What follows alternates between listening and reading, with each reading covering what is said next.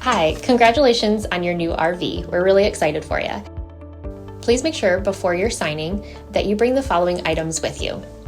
If you're a cash buyer, please make sure that you bring a cashier's check, no personal checks at time of signing, or you may bring actual cash.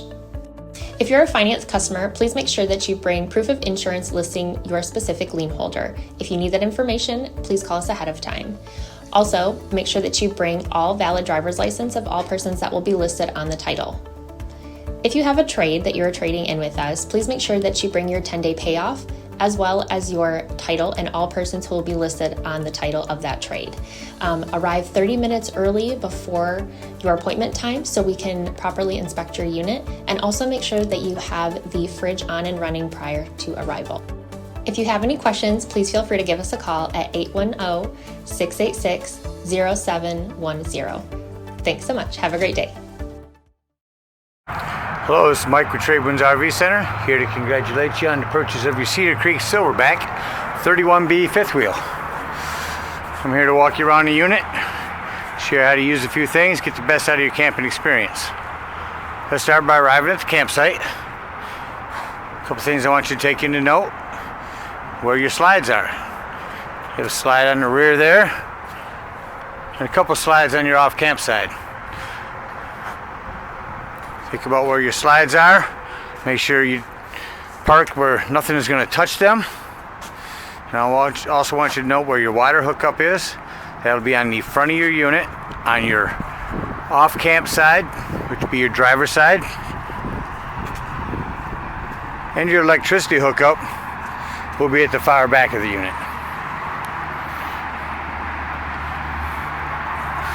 So park accordingly so that you can access and utilize all the facilities, water and electricity.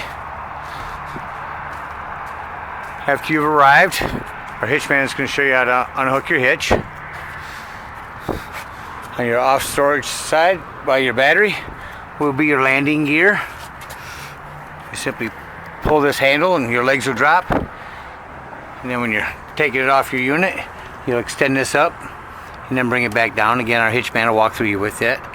Check your terminals when you arrive. Make sure them are nice and tight so you've got power everywhere. Got our unit all down. Next thing we want to do is hook up our water and electricity. Now in your docking station here, you have a couple of controls. This is a spray port,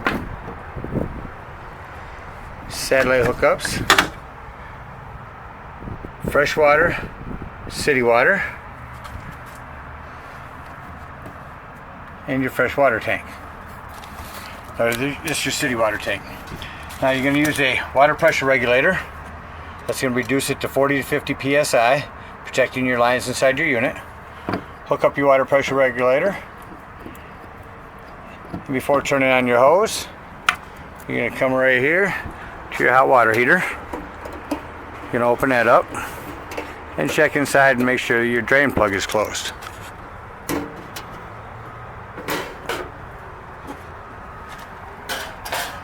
Simply put your drain plug in, close it up.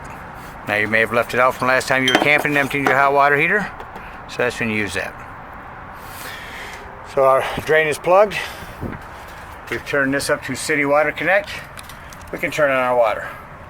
After water's ran for a little while, you're going to come over here and you're going to pull on this pressure release valve. That's going to let air out, and then when water is running steadily out of this, then you know that your hot water heater is ready to be lit. You'd like to start that up from indoors. You do have a switch out here to turn on, and that's only if you're running to 110. That's how we hook up our city water. Should you be camping and using potable water, you put your potable water in here, turn that to gravity, freshwater connection, and that's going to fill your potable water. Now when your potable water is full is when you're going to want to turn on your water pump. Turn that on from inside too. Only use your water pump when using potable water. You have your drain lines here, a water filter, and battery disconnect. Now let's hook up our power. Got our water running. Let's come to the back of the unit. Simply hook up your power to the back of the unit. And that's this 50 amp service. Because you're 50 amp, in your convenience pack we give you a dog bone, which will bring you down 50 amp to 30 amp. And should you need to plug into 110, in your convenience pack is this amperage reducer from 30 amp down to 110. Now remember, when running on 110, using your hot water heater, you'll turn it on here. Also, when using 110, you're only going to want to run one air conditioner. Alright, we've got our power hooked up, our water hooked up, and we'll walk around the unit, show you how to use a couple other things.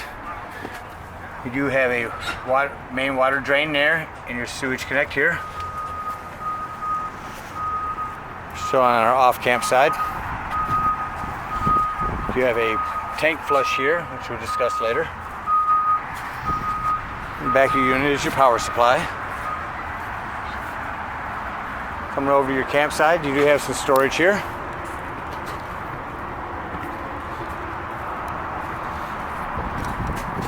This is your heat release for your furnace. This panel here is access to the back of your fridge. There's the vent for the back of your microwave. You have your outdoor speakers and lights. You also have an outdoor fridge. Convenient. 110's outside, should you want to put a table out here and get the slow cooker going. You do have your big pass-through storage.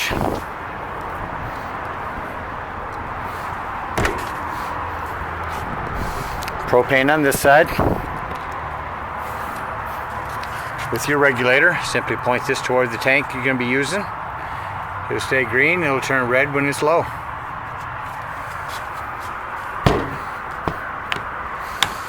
And on the front of your unit is your spare tire and hand cranks. Well, it covers the outside. Let's take a look on the inside. First thing you'll notice with all units, right to your left as soon as you come in the door is going to be your fire extinguisher. This little white piece to the side of that is your 12 volt carbon monoxide detector. Now the reason I mentioned 12 volt is because this is constantly running off your batteries. So if you're going to be gone for the day, use your battery disconnect if you're dry camping, otherwise this will run your batteries down. Turn on some lights in here. Coming in the door also to your right at the bottom of the steps is an access panel to your breaker box and fuses. Looks like you've got mostly 15s in there, maybe a couple 20s. I highly recommend having a handful of those with you when you go camping. Above that on the wall is your Dometic thermostat. And this control here is actually for your max air vent. It'll open up on its own.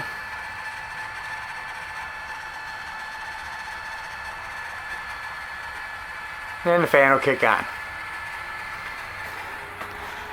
Looks like a thermostat, but that is to run that air. Shut that, fan will shut off, and it'll close. To the left of that is a switch for your fan up here. And your control panel.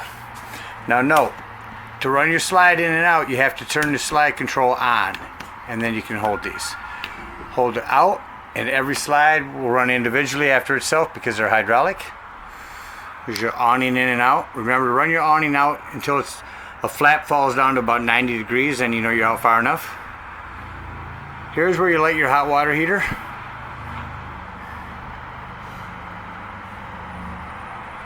Porch step lights, ceiling lights, and your water pump, should you be using potable water. Your battery check, your fresh black gray tanks.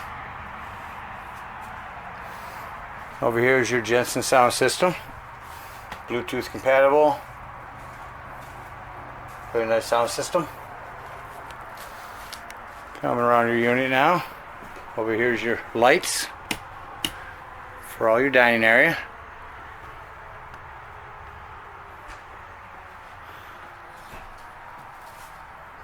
Let's talk about your fridge. Top of your fridge, turn it on here. It's on auto. Auto means that you run off electricity until you plug in, or until you unplug. Once you unplug, it'll automatically go to gas. Or you can set that to gas, or both. Here's where you change your temperature, 5 being the coldest. Shut that off. Coming down here to your self-explanatory microwave.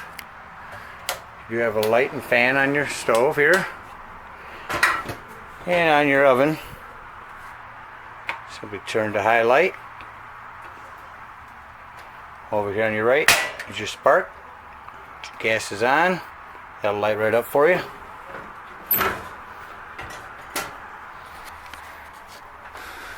There's the max air vent. There's your AC. I do want to mention in your bathroom, excuse me, in the bunk room, here's your switch for lighting in here. You just prepped for TV back here.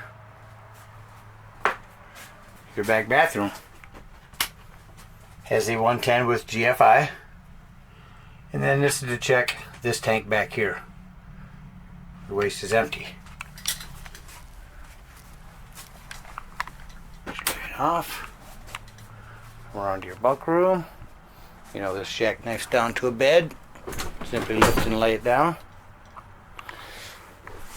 Lift and pull up on the back.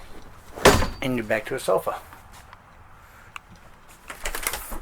This will strap on hydraulics. Lighting in the back. Coming back out of your unit, you do have some lighting here in a 110. This little coffee bar right here. Let's take a walk up into your main bathroom. Come up here, you also have another 110 with GFI. Your lights. Remember, you do have plumbing back here to keep an eye on. Just like your plumbing at home. Make sure it's not leaking or dripping. Nice and tight. Bouncing the house down the road, you don't want things to come loose. Coming into your main bedroom, you do have farm in here.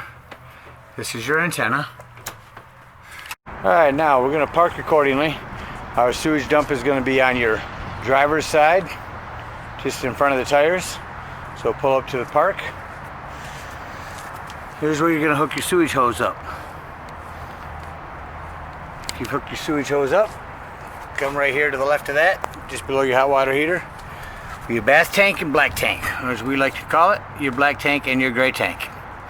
So first one you're going to pull, here's your black tank, one on the left. Now once you pull that black tank, sounds like it's drained for a while, you're going to leave it open.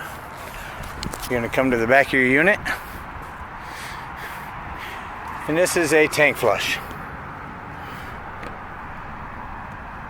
You hook up your water hose there, flush your black tank for about 5 minutes, leaving that black handle open, and then shut your water off. Unhook your water, come back up here, close your black tank, and pull your gray. After you pull your gray tank for a while, you don't need to wash that out. That's going to be your cleaner waters. That's going to clean out your sewage hose better for you. And then simply store your sewage hose. You're also going to want to drain your hot water heater. So again, go inside. Take out your drain. And let that drain your hot water.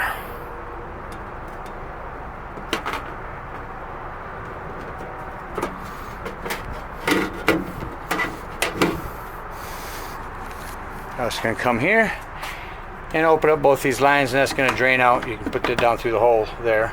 That's going to drain out your fresh water lines. Boat covers everything. Hope you guys enjoy this unit for many years to come. And as we like to say here at TradeWinds, happy camping.